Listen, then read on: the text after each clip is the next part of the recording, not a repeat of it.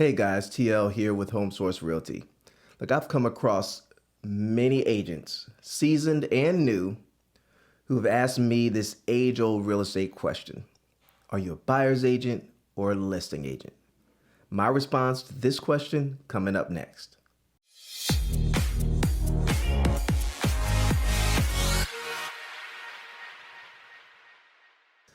Hey everyone, this is TL Robinson of Home Source Realty, and you're here on the Real Estate of Affairs. So, should you be a buyer's agent versus a listing agent?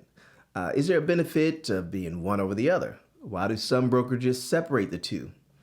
I recall talking to an agent once that said that they were a listing agent.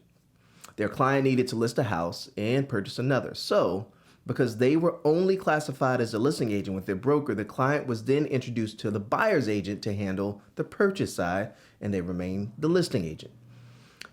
I thought that was dumb. So what kind of experience or perspective does that send to a consumer, right? So you're good enough to sell my home, but someone else needs to help me purchase my new one? I guess maybe it works for some. It's a pretty common practice, so maybe there's something to it. Now, does that work for me? Heck no. Will that change in the future? Probably no, it won't. My engagements are about relationship. I want to have a long, fruitful interaction with my client. So whether it's an individual or family, I really want to see you through that process, through the entire process.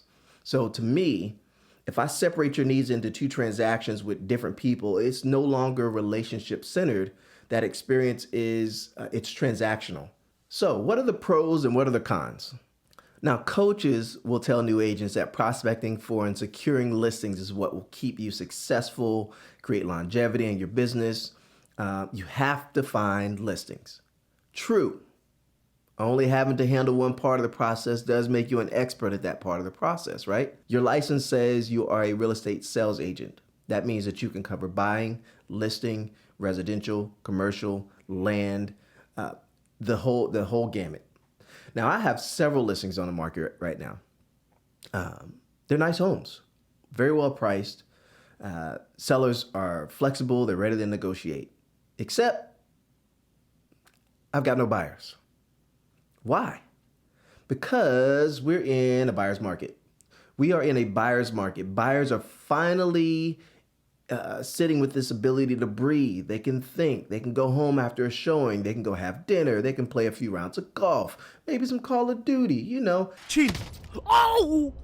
What the anything that allows them to take time to think. They don't have to make a decision on the fly as they had to do over the last several years. So they can take time out to decide on whether a house really fits them. So contrary to some of the advice I've heard over the last 4 years, I believe that what I've learned is that an agent should be multifaceted in all aspects of their career. Know the process to handle both sides of the coin. Now let's phrase this in a more practical way. You work at an ice cream shop. You know how to provide ice cream on a cone or in a bowl because you were trained in both. But when a customer comes in, the owner says, hey, I want you to handle scooping the ice cream into the bowl only. If they want a cone, you can scoop the ice cream, but then you have to hand the scoop to Mindy over there, and then she's going to put it in the cone. Oh, and by the way, if you had the ability to put it in the cone, I'd actually pay you more money. But I just want you to focus on the bowl. And every 2 years, you need to take continuing training and continuing education to be trained on both the cone and the bowl. But you can't mess with the cone. Mindy's the cone expert, you're the bowl expert. Does that make sense? So if history's shown us anything, it's that the market, real estate or otherwise, is full of highs and lows, peaks and valleys. So simply put, be an agent. Be a real estate agent. Learn and master your craft, the entirety of your craft. There are two sides to every coin. Know that both sides have equal value. You don't have a dime on one side and a quarter on the other. I don't care if I receive a quarter on the head side or the tail side. I can still play Miss Pac-Man with it. Same value. My point is, be ambidextrous. I haven't used that word in a long time. Be ambidextrous. Actually, it's ambidextrous. not ambidextrous. Don't limit your capabilities as an agent. Being a listing agent or a buyer's agent only is the equivalent of always wearing a winter coat, hat, and gloves all year round in Texas. Your business will literally and ultimately die. So I hope this is helpful. Join us next week as we talk about, how to rebuttal this interest rate issue, these hikes. How do I rebuttal buyers that want to wait in this market? The interest rate's too high. I don't know if I have enough for closing costs, so on and so forth. We'll talk about that next week. But for now, this is T.L. Robinson of Home Source Realty. Thank you again for hanging out with us.